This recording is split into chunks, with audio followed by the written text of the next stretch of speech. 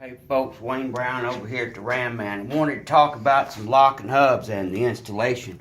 So we're getting ready to put these locking hubs on 2002 out there, and of course our stuff comes in the box. I wanted to show people it comes in the box, and then we need to install our hubs in our unit so we can just slide this bad boy on. So we get it out of the box and out of the package, and we got to take these two screws out.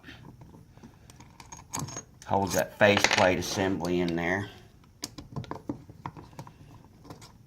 This is to help out anybody that's not familiar with this stuff. If you're familiar with it, it's no big deal. But if you're not familiar with it, it's not that big a deal.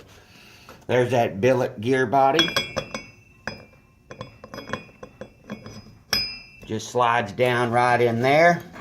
And then there's that big old retainer ring. And it just fits right in there. So now our hub is locked in and it's not going anywhere. Got it in free mode. Now all we have to do is line the cap back up.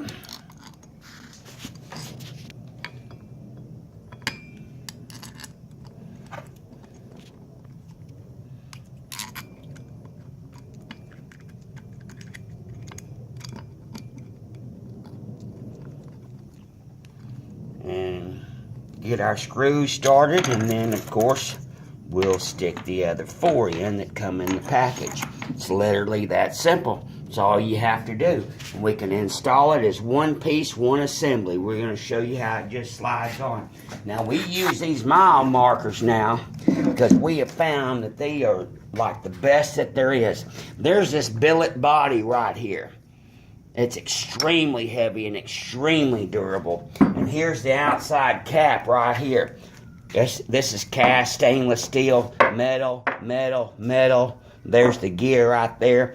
This mile marker's first class. There's not a plastic part in it. If you can find a plastic part, you call me and let me know.